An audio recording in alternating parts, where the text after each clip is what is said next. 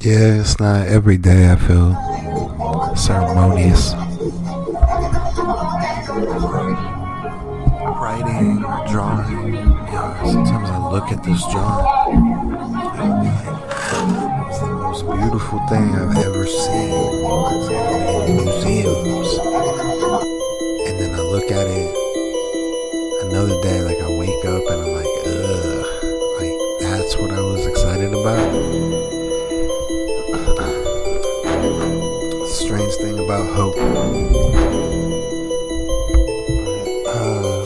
Yeah, this song's about something completely different. It's funny, all this stuff to say, I let it go to the void some days. When something's important for me to illustrate, my brain unconsciously starts with writing an outline for how I feel, but wait, I can't explain that to them until I find something that overlaps. Might as well put it in a song, in fact. The other day, a tow truck came around the way and put me into motion. I'd been meaning to go, my headphones couldn't drown the noise, so I stayed steady hoping to proceed farther into the day. The driver had a tattooed face and glanced at my way. At me. Around the way, with the grin of his power to rouse me out my house for an hour. Went to the well to get my water, 2 gallons for $1 all day. And in California, I'd stay alive by drinking a gallon of water, something like every 2 to 5 days. Ate various breads, soda or coffee. Every now and then, 2 boxes of cereal, and as much as I could of a gallon of milk.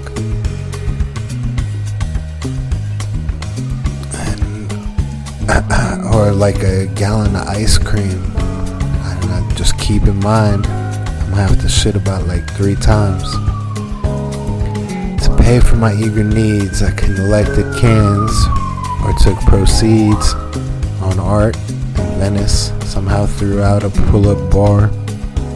Someone threw out a pull-up bar, and I used it as a holder for canvases in LA. And not a star, but set an example for the people that are so far from being able to afford $1,600 a month in rent, barely had $400 for a bunk.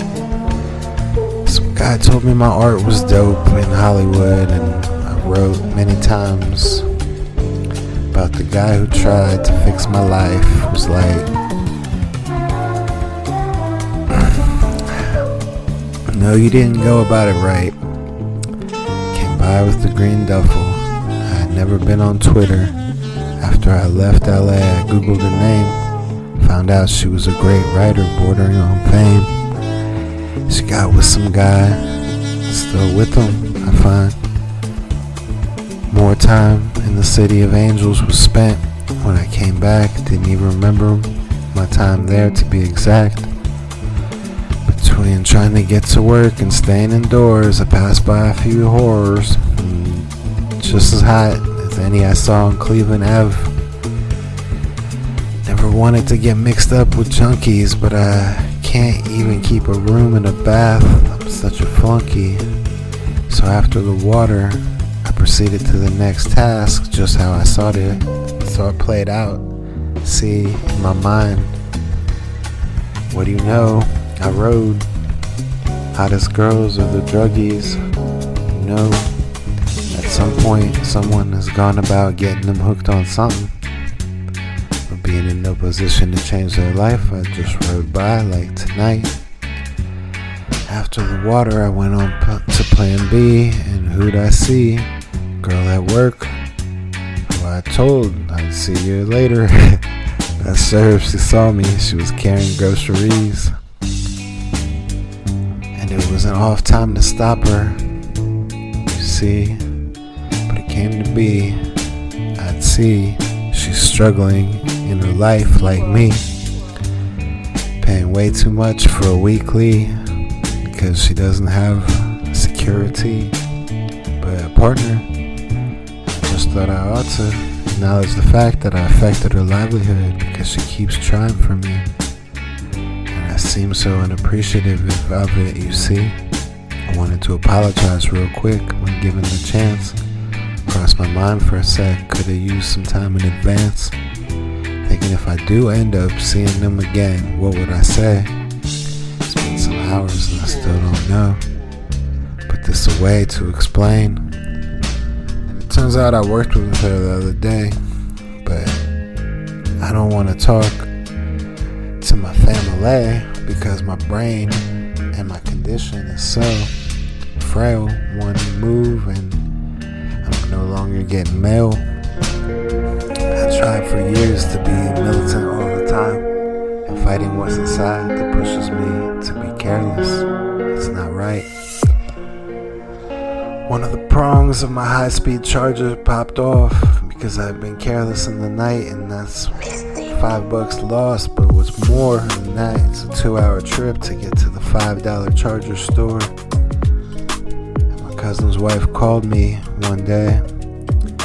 I was towing my truck, you say, and I locked my keys in there. What the fuck? Now, it wasn't a big deal to unlock the truck. They had this blood pressure thing that took like 1 minute with the tow, but the thing is, I could have just left it in storage and ended up not having to move again. So now I only have one more tow. And if I could have been on point, maybe could have just stopped by and picked up my certificates without making a bunch of noise. And my mechanic ended up leaving me stuck. It's just clicked to me tonight. It's Asians, Russians, and Jews that try to cancel you. Annoy people who are in opposition. I even had a Chinese lady break my charger before at the library. And while I fell asleep and was missing, trying to set the tone. I've seen people before pick up my brakes when I went to the stove.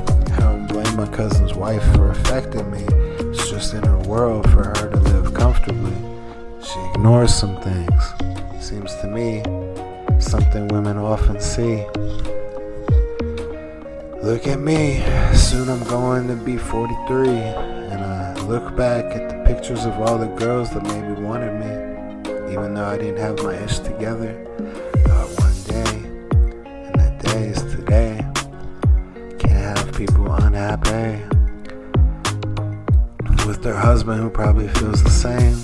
I don't mean to sell out my dudes and go with the dames. Just saying, stuff like that can fuck up their psyche, make them angry and generally not nice, see? Saying venomous things that slip out. It hurts me in my day-to-day, and then it's reflecting on the people who find me in their lives. So I do my best to keep my mind right, and sometimes it's push people away that ain't giving me insight, or until I get some, because I don't have the strength to, and it's not like I need weapons, it's just like understanding, you know? I have just enough for me. I don't have any left over for you see? So that last part probably didn't make sense, but what's more is I don't have much more energy. I feel spent, you see. Is this even still going?